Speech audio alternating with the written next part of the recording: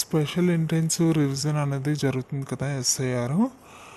ఆ ఎస్ఐఆర్లో ఫామ్ ఎలా ఫిల్ చేయాలో, ఎనిమరేషన్ ఫామ్ ఎలా ఫిల్ చేయాలో ఇప్పుడు మనం చూద్దాము. ఈ ఫామ్ ఎలా ఫిల్ చేయాలో చాలామందికి తెలియట్లేదు.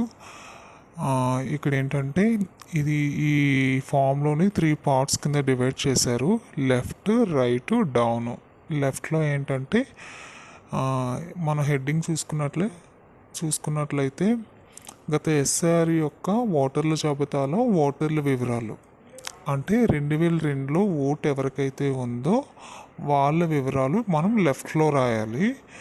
అలాగే గత ఎస్ఐఆర్లో ముందు కోలంలో పేర్కొన్న బంధువుల వివరాలు, అంటే 2002లో ఎవరికైతే ఓటు ఉండదో వాళ్ళ పేరెంట్ డీటెయిల్స్ రైట్లో రాయాలి. ఇంకా థర్డ్ పార్ట్ ఏంటంటే డేట్ ఆఫ్ బర్త్, అంటే పుట్టిన తేదీ దగ్గర నుండి జీవిత భాగస్వామి వరకు అందరికీ కామన్ డీటెయిల్స్. ఈ థర్డ్ కాలం అనేది ప్రతి ఒక్కరికి కామన్ డీటెయిల్స్ అనమాట. ఇప్పుడు మనం 2002లో ఓటు లేని వాళ్ళకి ఈ ఫామ్ ఎలా ఫిల్ చేయాలో ఇప్పుడు చెప్తాను చూడండి. గత ఎస్ఐఆర్లో ముందు కాలంలో పేర్కొన్న బంధువుల వివరాలు, అంటే మనకు 2002లో ఈమెకి ఓటు లేదు కాబట్టి వాళ్ళ పేరెంట్ డీటెయిల్స్ మనం ఇక్కడ రాస్తాం రైట్లో.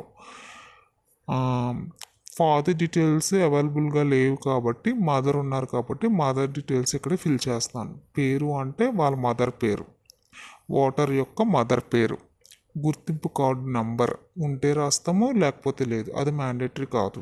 బంధువు పేరు అంటే భర్త కానీ తండ్రి కానీ ఎవరైనా రాయొచ్చు. ఇక్కడ భర్త పేరు రాశాను, పైడితెల్లని. బంధుత్వం అంటే భర్త, ఎవరికి?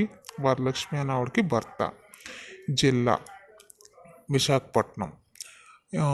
ప్రజెంట్ ఇది లాస్ట్ ఎస్ఐఆర్లో జిల్లా, ఇది ప్రజెంట్ కాదు. ప్రజెంట్ జిల్లాలు చాలా వరకు మారిపోయాయి కాబట్టి ప్రజెంట్ డీటెయిల్స్ రాయకూడదు. లాస్ట్ ఎస్ఐఆర్లో జిల్లా విశాఖపట్నం, రాష్ట్రం ఆంధ్రప్రదేశ్. శాసనసభ నియోజకవర్గం పేరు, ఇది కూడా శాసనసభ నియోజకవర్గం పేర్లు అంటే చాలా వరకు మారిపోయాయి, ప్రజెంట్వి కాదు. ఇది లాస్ట్ ఎస్ఐఆర్లో పరవాడ, దాని నంబరు 33, భాగం అంటే పోలింగ్ స్టేషన్ నంబరు 154, క్రమ సంఖ్య అంటే ఓటర్ యొక్క సీరియల్ నంబర్ అనమాట. మిగతాది పుట్టిన తేదీ, ఆధార్ నంబర్, మొబైల్ నంబర్, తండ్రి పేరు, ఇవన్నీ ఓటర్ యొక్క డీటెయిల్స్.